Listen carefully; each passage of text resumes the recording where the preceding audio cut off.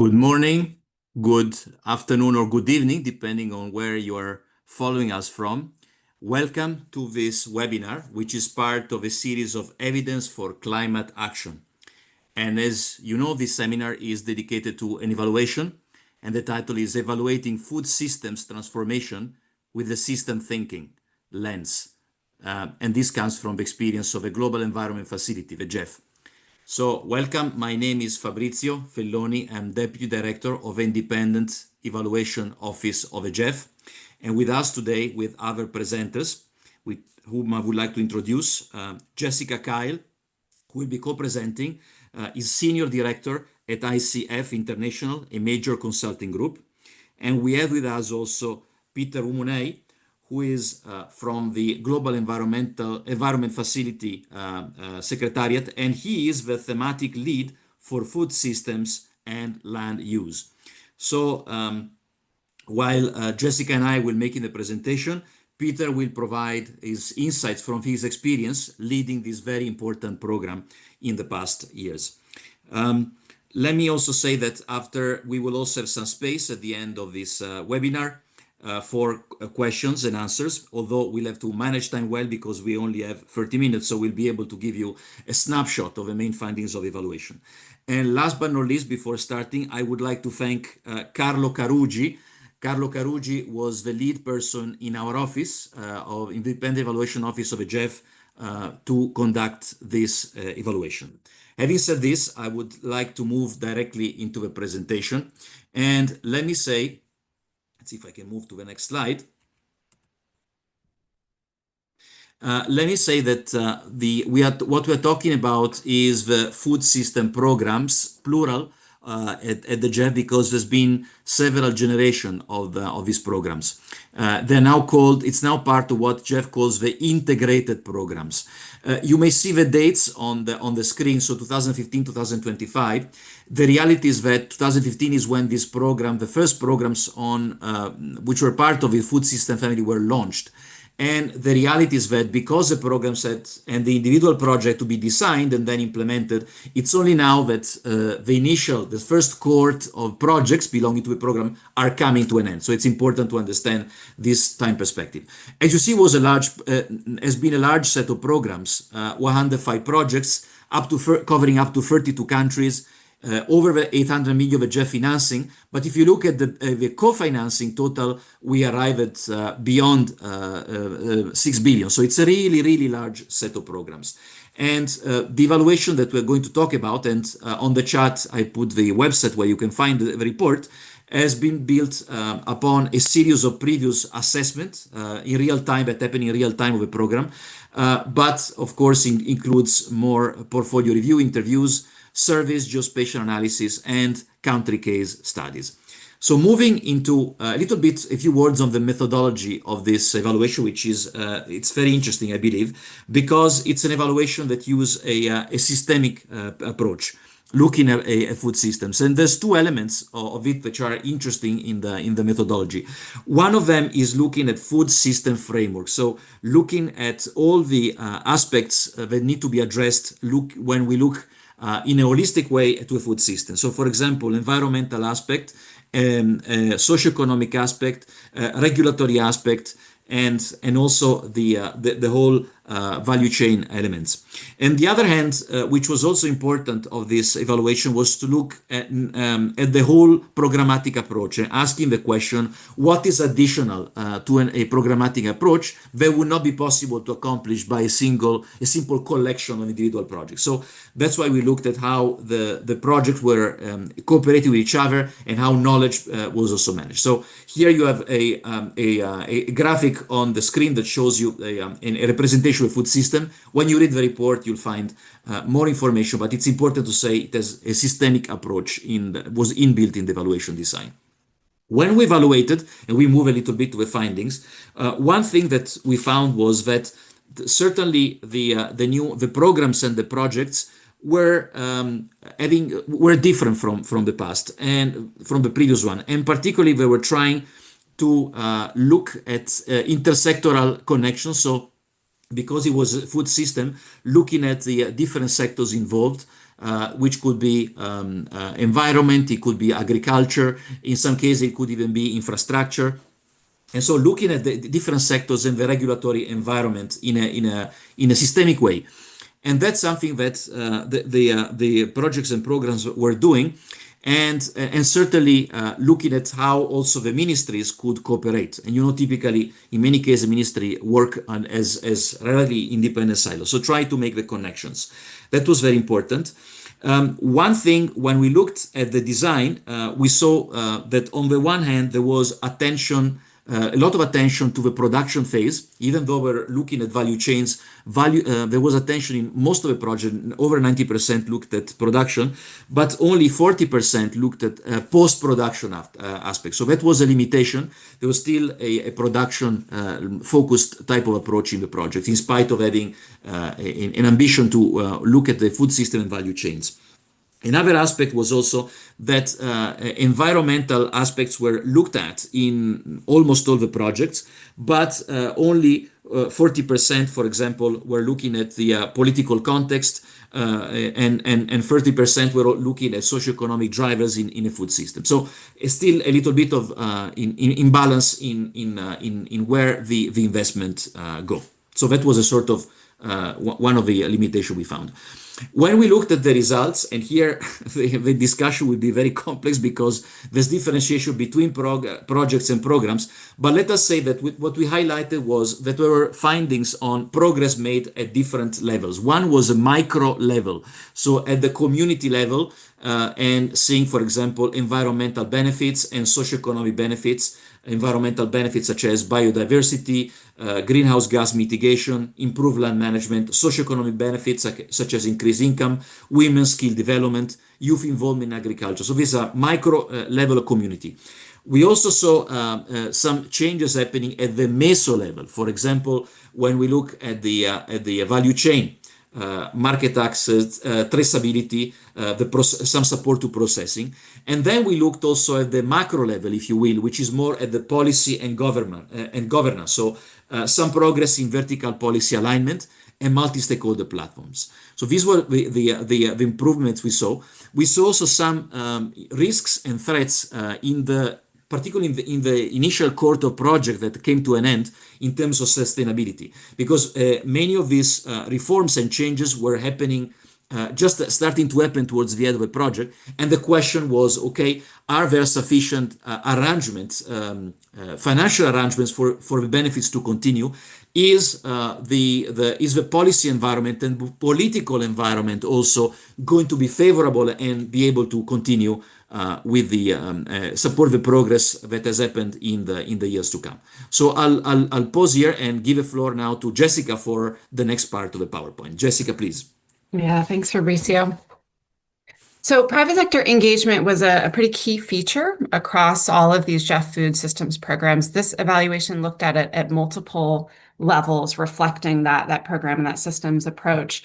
At the individual country project level, most projects, about 2/3, had elements of private sector engagement, engaging a diverse set of actors through capacity building, knowledge sharing, public-private partnerships, for example. In some countries, these projects supported national commodity platforms. They advanced sustainable practices, land use planning, nice results. And at the global level, GEF partners like IFC were able to mobilize significant private finance for sustainable food systems. That work was done through that hub, that coordination project responsible for coordinating those program activities. Scaling certainly remained a challenge here. Projects faced weak regulatory incentives, fragmented supply chains, some cases an unclear business case for sustainability. They also faced challenges in terms of linking program activities at the global level with project ones at the country level, which I'll talk about in the next slide. Next. So as Fabrizio mentioned, a key objective of this evaluation was to understand the value of taking a programmatic approach to food systems interventions. And we found that programs added value in multiple ways. They did this through strong program governance and design that helped improve the relevance and the coherence of program activities. They did this through knowledge and learning pathways, which also led to influence beyond the boundaries of individual projects, those sort of spillover effects through institutions and ancillary actors. But they also faced some challenges that were holding them back from realizing that full sort of program potential. In theory, transformative value add of a program approach was being able to align those country level production focus activities that Fabrizio was mentioning with global commitments on sustainable sourcing and financing. And in practice, despite successful global regional engagement, programs really struggled to link those global and country efforts, especially around vertical value chain integration. Programs are also expanding in terms of the numbers of commodities and countries that they're covering, and yet the resources that are available to coordinate across those programs are declining, and that is presenting a risk for diluting their impact. Some of the lessons I think from this evaluation are that sustaining that programmatic value is going to depend on stronger country engagement, deeper integrated efforts, especially across global to national to local levels, and adequate resourcing to match ambition. Next slide. So creating this broader knowledge management ecosystem is really perceived as a substantial added value of GEF food systems programs. Those programs have produced many high quality knowledge products. They've conducted trainings, they've hosted learning events.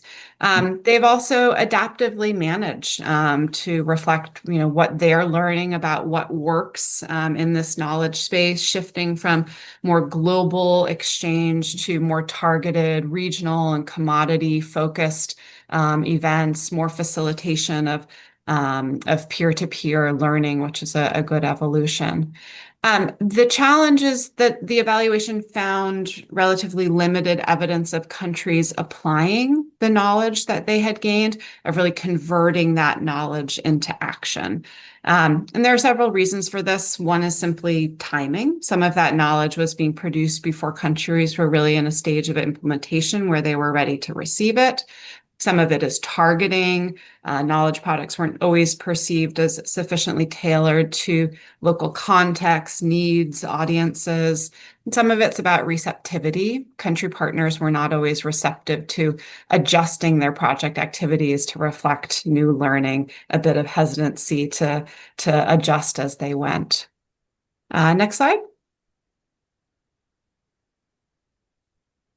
So in brief, we found important progress along these 6 dimensions. As Fabrizio mentioned, these programs are showing very strong alignment with national and global agendas around food systems.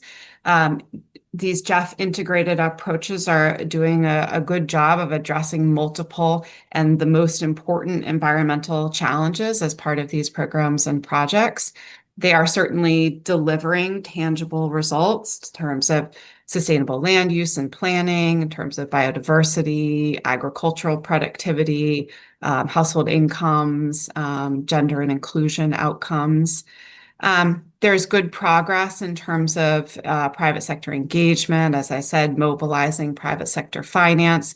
And they're showing, a good trajectory towards strengthened program governance, strengthened transparency, and knowledge management practices. Next slide. But there's still more work that is needed to make progress towards transformational change. More systems-oriented design, looking for those key leverage points to generate global environmental benefits in food systems would help. Programs, as Fabrizio said, have largely focused on the production end of the value chain. They could certainly expand beyond production when it would deliver important environmental benefits or when it would assure the sustainability of outcomes. Certainly being careful not to dilute efforts by taking on too much in an individual intervention. Addressing political and social drivers more directly will also be important through political economy, risk analysis, taking behavioral change science into consideration for design. Improving knowledge uptake and linking those global and country efforts, really making that integration happen, will also be key. And a final lesson here is that future programs will also need longer timeframes to support progress over time. There are really nice examples in the portfolio of countries that were able to participate in successive programs and saw that advancement happen over time. That's something from a design perspective that may need consideration. And programs are also going to need adequate resources to match their expanding scope to really be able to take advantage of that programmatic value addition that comes from that global coordination effort. That is it for me. Back to you, Fabrizio. Thank you very much, Jessica, for the presentation. And now we can give the floor to Peter Umonei for his insights on this program. Peter, you've been leading this program for now a few years, so we are looking forward to hearing from you what is your experience, and also how you see the next evolution, also based on the findings and recommendation evaluation. The floor is yours. Fantastic. Thank you so much, Fabrizio and Jessica, for the great presentation, and thank you for inviting me. I think I will start by saying, the GEF Secretariat is very pleased to see this evaluation coming through. I think we have had quite several evaluations already, and this one, I may say, has been one of the less contentious evaluation, because we agreed on so many points that you just alluded to your presentation in a very timely manner.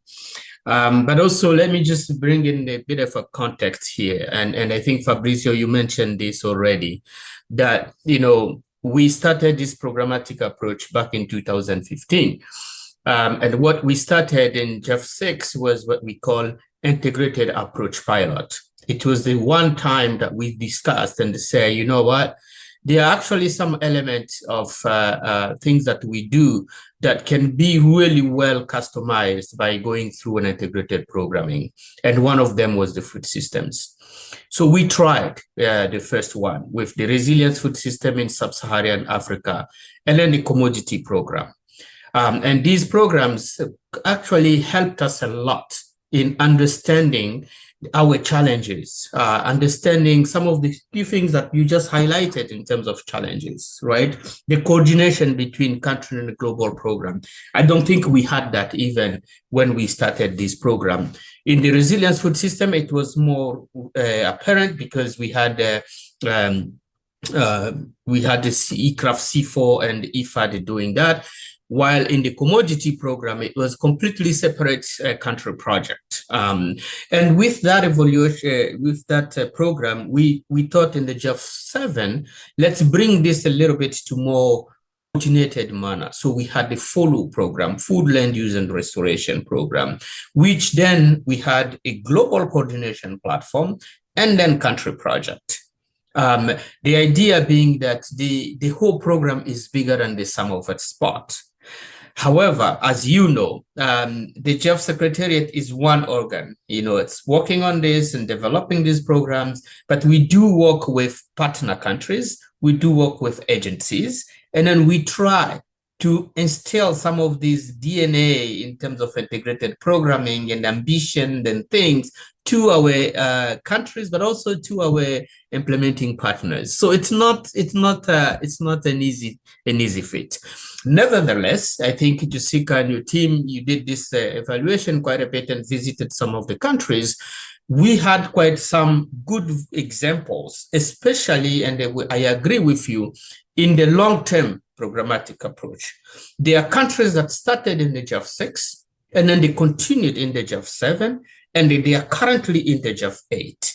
And you can see the difference. So they learned from the GEF 6, they improved a little bit on the GEF 7, and then you will see in the GEF 8, many things will change. I do believe that there are few challenges that you highlighted that I think is worth mentioning. So the lack of coordination between the global coordination platform and the country project. I think this is very important, in my opinion. And then interestingly, we came up with this idea of country docking. And the country docking approach that we are promoting, we started it in GEF 7, trying to be picked up quite a bit in different programs. But in the GEF 8 that you didn't have the chance to look into, we went a bit more deeper. It really means that we provide enough resources, well, not enough resources, because there is also one element of that in your evaluation, but we empower the global coordination platform agencies to really structure that strong connection with countries. And the country docking is basically how the flow of information from the global coordination platform will go to the country project and how the country project will align with the global coordination platform. And that is something really important that we're trying to do. The other thing is basically, I think you talked about the private sector engagement. We will go even far from that, because what we realize, the catalytic funds that we provide as the GEF is very important. But if we use it in a very strategic way, we can unlock a lot of potential. So you can see that from IFC bringing about $500 million, we can see others. Now, moving forward, we took your advice and the recommendation to really go and try to use this and stimulate from the country the idea that they can also use the catalytic fund from the GEF as an investment to attract really private sector for de-risking, for junior equity, and so on. Because this then will try to de-risk some of these assumptions that agriculture activities is risky from the private investment. So that's one thing that we took, and then we will go from it. There is another recommendation from the evaluation is about production versus post-production. And I think we took that quite very strongly. And this is something that we try to improve, especially on the GEF 9. Well, we're already doing that on the GEF 8, but we will try to improve this on the GEF 9. Keep in mind that some of these post-harvesting, processing, and all the other value chains, it's mostly dominated by the private sector. So what we believe is that when we do this, we can really in the approach that we have to attract private sector to be involved in these programs, it will also develop that linkage with even the medium and small enterprises, not only necessarily the big private sector companies, but we will stimulate that. And then going the post-production, even going too far in looking at nutrition outcomes, because we believe that the programs like school meals programs that we saw it has been very instrumental, not only on bringing private sector, but also in the policy coherence, because you bring many sectorial ministries. Let me finish by saying that, I can't agree more in many of the recommendations from the evaluation. The four main recommendations that came from the evaluation, actually, I just produced the management response and giving a step forward approach that we will take, especially from the current program, which is the GEF 8, and also in the GEF 9 that we have designed to really strengthen those aspects, post-production, political economy, you mentioned that, insufficient funds in the coordination platform, and the long term. Now, when it comes to the long term, let me just finish by saying we are also country driven, right? So sometimes we provide these programs and the country have their own priorities. So we also need to work very closely with our implementing agencies, our OFPs, so operational focal point, and many of our partners, to tell the countries that the reason why we're putting this is also because we believe this is one of the sectors that can contribute to your NDC, can contribute to your food security agenda, can contribute to many of your country priorities. So you may need to think a little bit about this, and they continue this program. So they need to find out value from themselves. Now, many government changes. There are so many other things that we can't control. However, we have been very successful in 7-10 countries that have continuously applied this program all across, and we will continue to do that. And let me finish by saying thank you for this evaluation, because it was an eye-opening, and we will continue the discussion moving forward. Thank you. Over to you. Thank you so much, Peter, for your feedback. Very, very important, and thank you for your passion in this program. Now we have to deal, unfortunately, with the time management, and we only have 5 minutes before we finish. So I would like to flow to you a couple of questions. One is a question that came from the chat, and one is a question that came to my mind during the conversation, and we'll ask you to be telegraphic in your responses, both Jessica and Peter. The first question is, one of the followers is saying, yes, but typically programs also differ in the metrics that they have in assessing the results. And they're asking whether we found example of this. I think it's a sort of, I think I know the answer, but it would be good to hear from you a little bit more. And the second question that I have is, the private sector involvement is important. GEF functions by funding organization, and different organization might have a different capacity and familiarity with private sector. So perhaps you can say if you also found this element in your experience. So first Jessica, and then Peter. Sure. Yeah, thanks, Fabrizio. And it's a very good point. We didn't really touch on some of the, measurements and metrics issues in this presentation, but it certainly is a challenge, not just for the GEF, not just for these food systems programs, but in general.